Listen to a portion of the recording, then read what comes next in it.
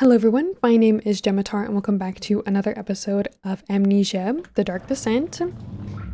Alexander just threatened us and we're trying to find pieces of the orb and...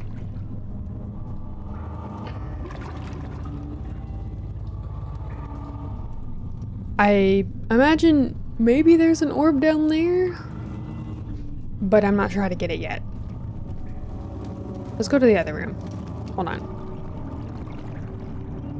Wait, let's light this. We'll go down this way.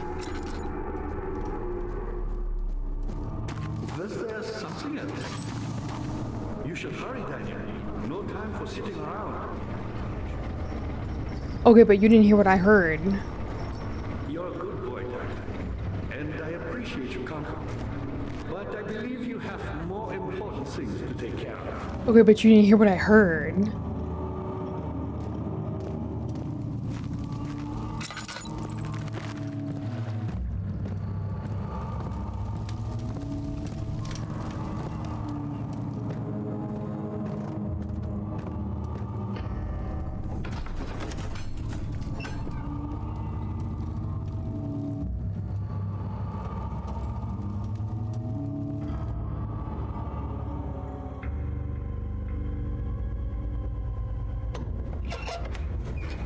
Oh.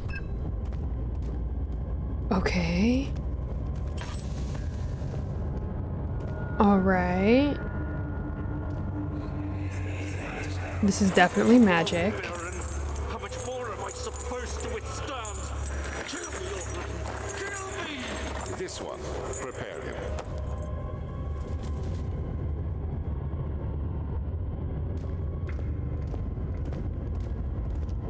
Okay, we have 3 doors and some stairs. Oh, wait.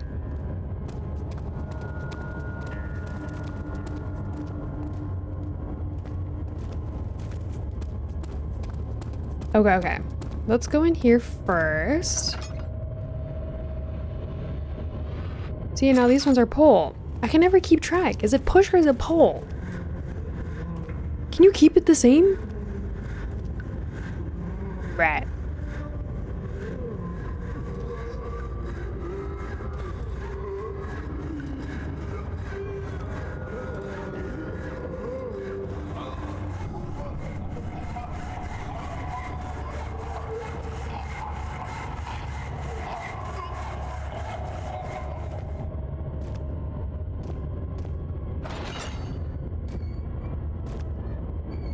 Okay.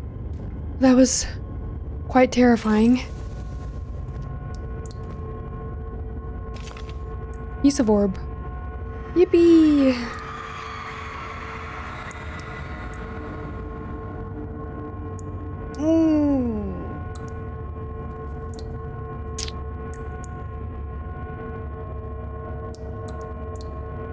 The inappropriate man hanged upside down, his tears soiled with blood flooding from his belly.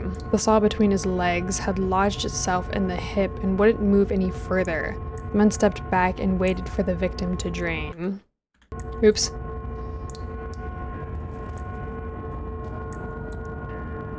I see. I see.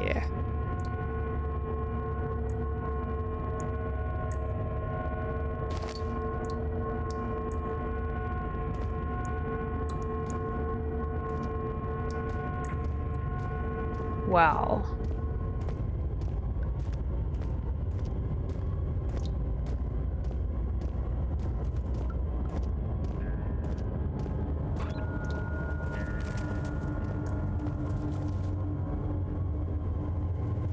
Okay.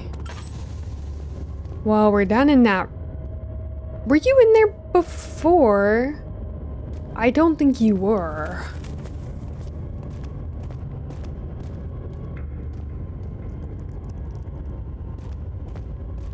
I don't remember that man being in that cage. Do you remember that? Maybe I just wasn't paying enough attention. Okay.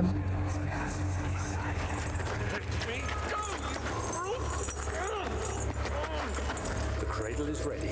Good.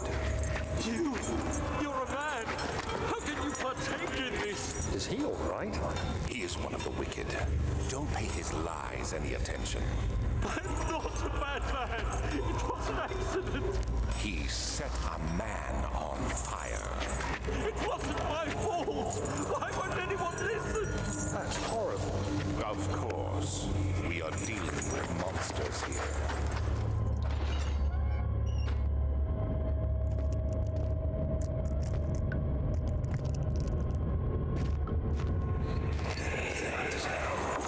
No, please. I'll do anything.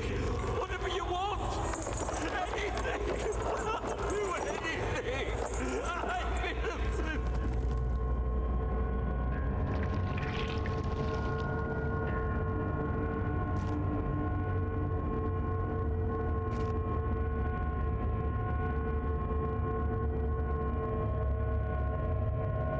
Okay, well, I'm all out of oil. Which shouldn't be surprising. I run out of oil all the time.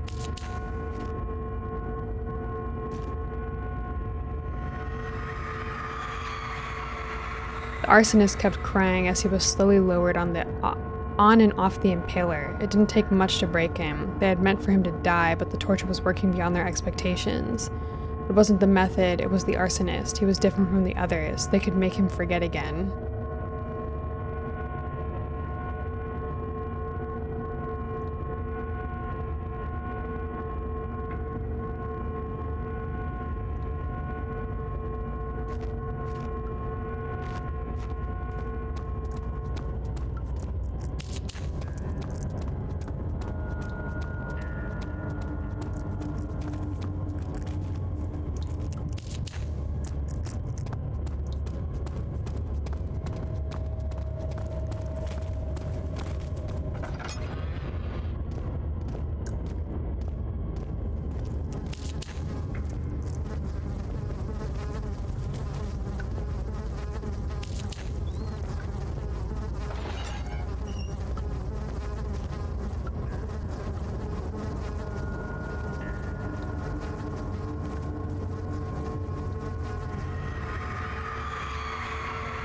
The kidnapper sat on her knees with her hands tied behind her back. She felt her hands being lifted and her body followed. Her shoulders gave way to the weight of her own body and cracked loudly.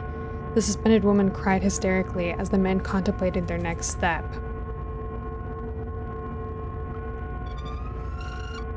Why? Oh wait, I didn't pick up a piece of orb in the other room. I got sidetracked by how actually terrible all of this is. Oh. And he didn't question any of this?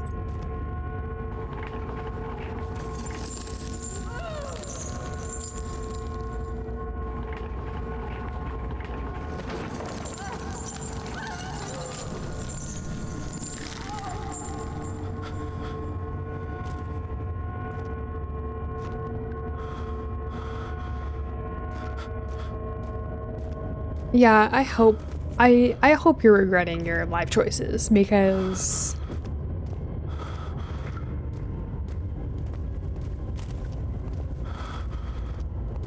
okay, hold on. We have to go find the other orb.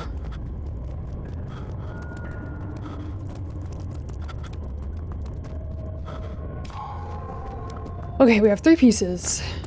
Is that all we need? We still have to go to the other side, right? So, oh, and we can still go up. How many pieces of the orb are there? Did they say 6? I'm not sure. I don't remember. I'm...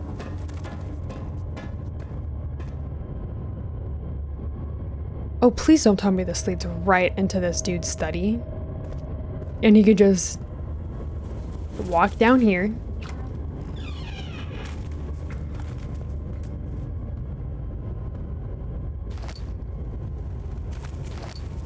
String, cool. String is nice.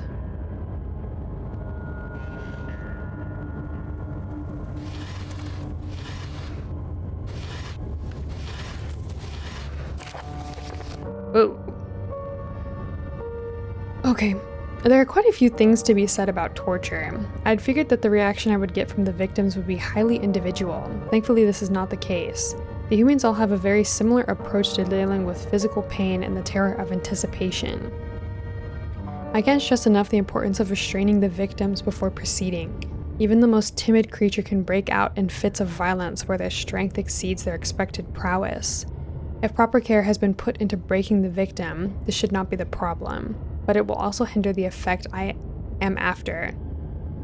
The right steps to take are, therefore, to restrain while the victim is still dazed, proceed by presenting the form of torture you are about to apply, and then to continue with the actual act. The point of presentation is to infuse terror. The human mind is extremely efficient, as it will trigger itself into greater fear, simply by imagining it. While applying pain, make sure to avoid massive damage, as it will prove more efficient if the process can be sustained. Also, apply the pain in doses, if possible with breaks to let the body settle. If you are whipping or cutting the victim, strike once, wait for the pain to subdue, then strike again. As long as the body suffers, it will continue to produce the vitae and saturate the blood with its properties. Only with careful performance will the victim yield maximum effect. If the victim doesn't behave as expected, it is likely that all will be for naught. Before this happens, feed them the amnesia drink and try again later. Is the amnesia drink the rose that they were talking about? The barabardibid.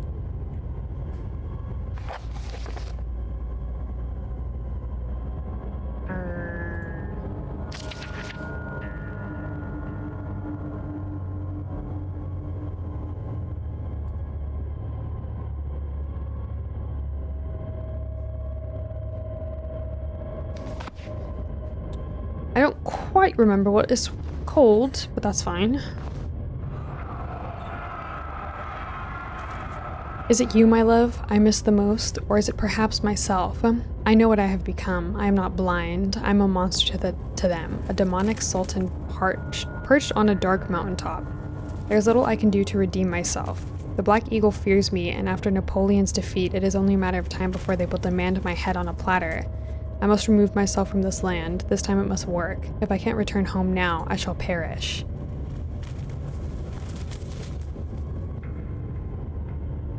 What?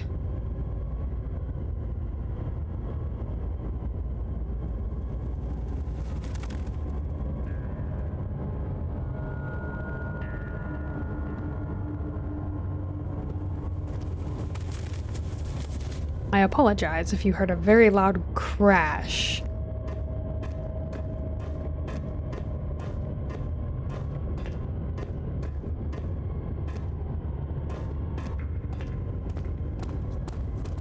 Okay, I believe that is everything in this room.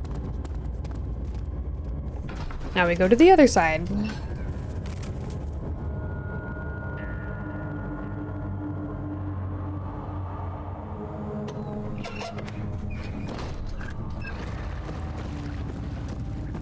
Oh, yes. Can I attach the string? No. Okay, but there must be something I can do with that. How are things coming? Yeah, they're coming. Pieces used in the transit. Go to the choir and find the rest. Yes, I imagine this is the choir.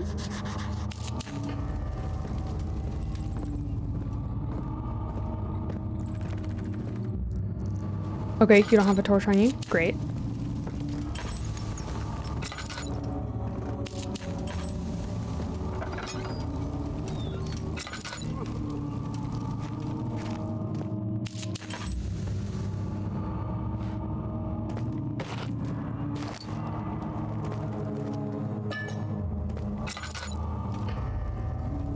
Anything else? Anything at all? Okay.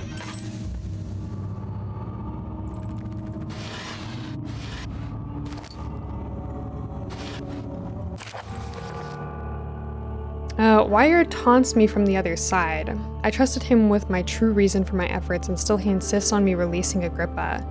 How an enlightened man can show such lack of compassion in a seat of power disgusts me. I can't bring myself to part from Agrippa as he is and has been for centuries my only link to the worlds beyond. Wire claims he tries his best to release me from my banishment, but that he needs me to give him Agrippa first so he too can help.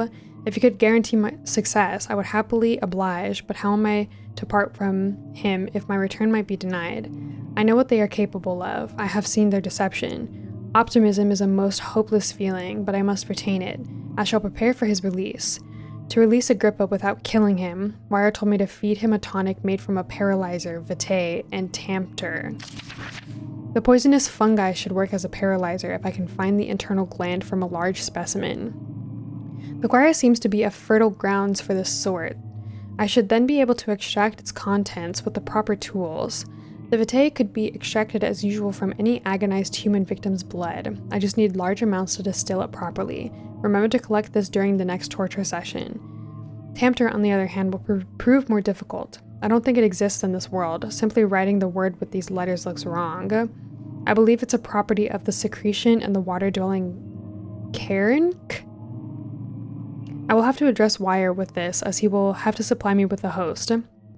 Also, a properly prepared well should suffice to contain it. I just happen to know where a well is.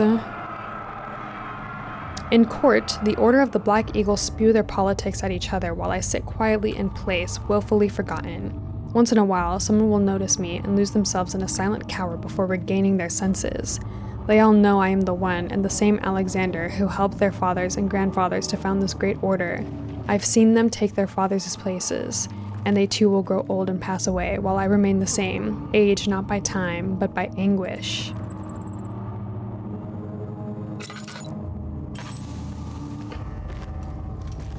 Okay. To the next area. The choir.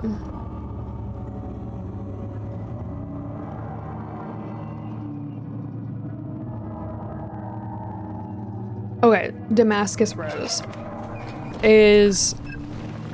That's what's making them forget? How cruel. To torture someone, feed them something to make them forget, and then torture them again, and again, and again, in however many cycles, just to harness a magical energy. After the men had secured the prisoner, the ritual began. And what I'm imagining was so he could be reunited with his love. Girl, if I was your significant other and I found out all the things you did just to get back with me, hell no, dude. 15th of August, 1839. The blood wards are failing. The shadow beckons, and its cry disarms my actions. Hurry, no time to spare. You have to kill another. Alexander produces a knife. He wants me to cut the flesh. Do it. Save yourself. He is a murderer, Daniel. He is evil. A cold-blooded killer. I don't want to. Right.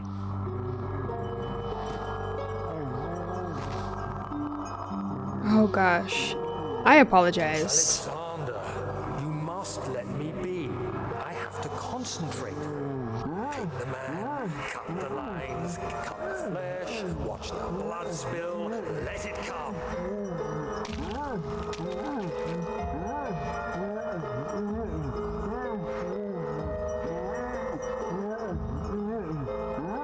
Because Please, I didn't do anything. Paint the man, cut the lines. Paint the man, cut the lines. Please, the man cries. Now you see. I did well. One life, for another. You hear me, guardian of the orb? I did all this for you. Now, once more, withdraw your shadow from my domain.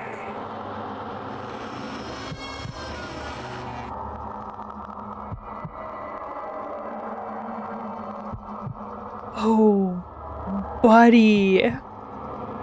Oh, you've lost it. I'm sorry. The orb is taking over. I imagine this is what it means when it was saying you can harness the power of the orb if you can control it. This is not controlling it. This is absolutely not fucking controlling it. Oh. Alexander, there isn't much time. I can feel it. We must act swiftly. I will do whatever it takes.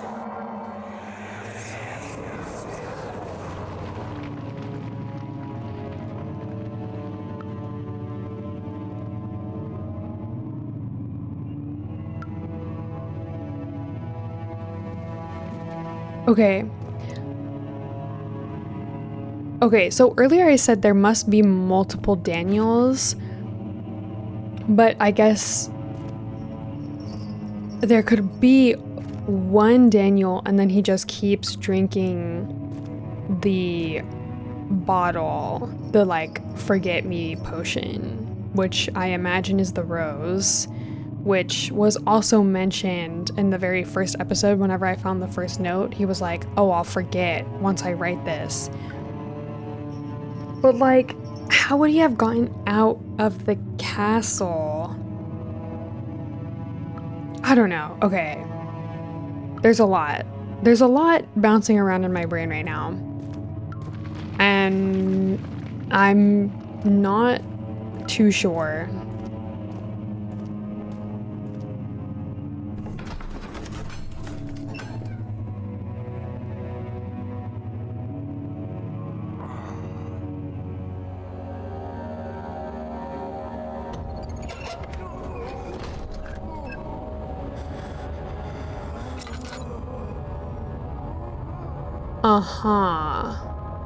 What are my intentions, Daniel? Salvation. It used to be yours, but now you only seek misplaced revenge. How do you justify your violence? Is it for the greater good? Are you doing the world a service? It is you who caused all this pain and death. If you had accepted your fate and submitted to the orb when you first discovered it, none of it is curiosity in league with your selfishness that is killing us both. There was so much happening right there. I genuinely... Wow. Okay. Crazy.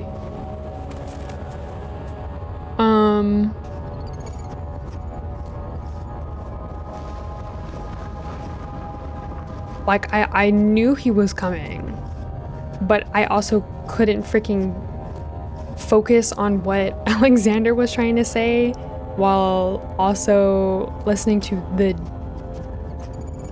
music indicating that the guy was coming. So that was great. Love that. There was like a bridge off that way. I'm not sure if it was the direction I'm supposed to go. Keep my lantern off. I don't seem to be suffering too much in the dark here.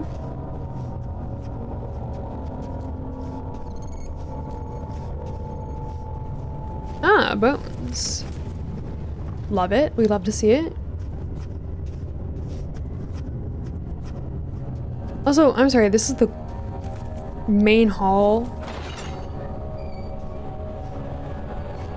Is okay. Because for me, choir means a group of people that sing. So is this choir definition something else?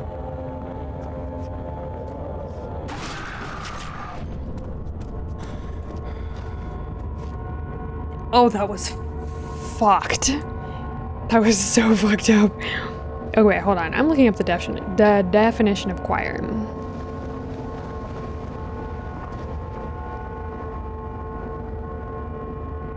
The part of a cathedral or large church between the high altar and the nave, used by the choir and clergy. Clergy? Yeah, okay. Right.